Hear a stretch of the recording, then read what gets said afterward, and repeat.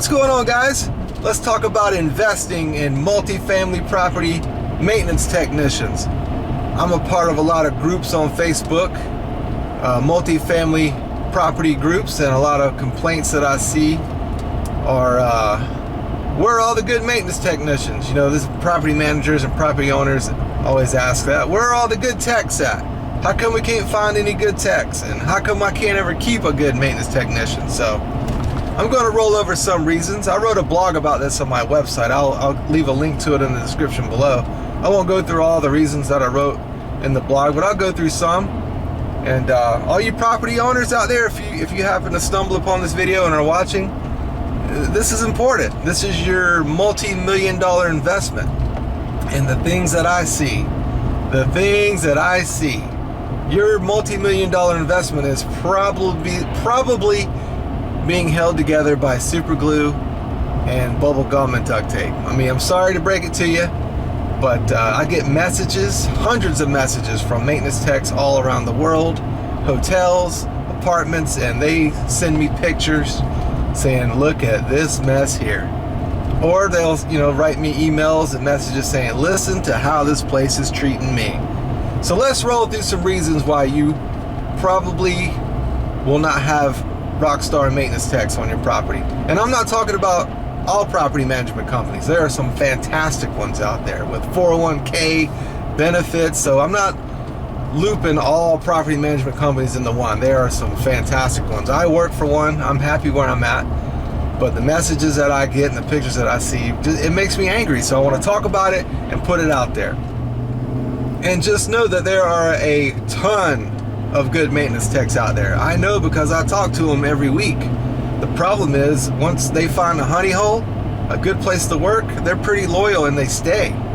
So while there's a handful of properties out there with awesome maintenance techs, with an awesome maintenance team, there's a handful. The rest of the properties are out there suffering through a hell of super glue and duct tape.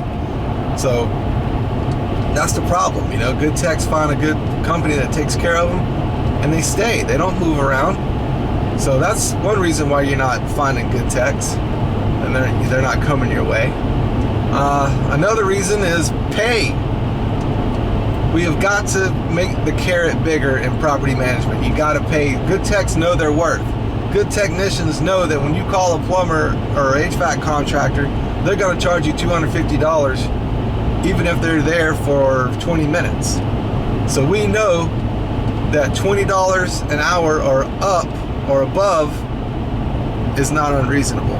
So if you're out there, with your newspaper ad, $14 an hour, HVAC certified, CPO, swimming pool, you're asking for all this stuff for $14 an hour, you're not going to find a rockstar technician. So that's the one reason. Another reason why you don't have any good techs coming your way, or why you can't keep a good tech, because good techs know their worth. They know they're saving you boatloads of money, because you have to call a contractor, a plumbing contractor, an HVAC contractor to come fix one issue. It's going to be $250 for that one issue, and we fix multiple issues a day. So $20 an hour and up is not unreasonable. Let's see, another reason why good techs aren't coming your way is probably you have too many bad reviews online. You got too many bad reviews. A good technician is not going to walk into a slaughterhouse. When I came off the road from playing guitar to get back into maintenance, the first thing I did was I Googled 4 and 5-star properties in my city. I wrote 5 properties down and went and applied at those properties and got hired by one of them. That's what I did. And anything below 4 stars, I didn't even look at. I don't want to go into a slaughterhouse. And I'm not saying your property has to be perfect, like no bad reviews at all. We all know that there's people out there that you just cannot make happy, and they're going to leave a bad review. But if you just got one bad review after the next, a good technician's not going to come your way, because we don't want to walk into a slaughterhouse. I'm going to go 4-star or 5-star properties. That's it. And let's see, another reason why you can't keep a good technician is Probably you may have a butthole. You might have one butthole or too many buttholes. Micromanaging. If you want to run a rockstar tech off property fast, micromanage him. No trust. He'll leave. He'll go down the road and be a rock star for your competitor.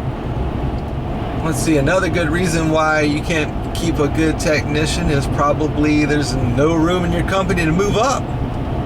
You know, good techs know that we're not going to be spring chickens all our lives, and we're not going to be able to crawl under tight sinks and move washers and dryers up and down 3-story buildings and all that stuff. So we'd like to move up into a position where one day we won't have to do that. You know, it'd be more like a mentor position or a trainer, or, you know, like a regional supervisor.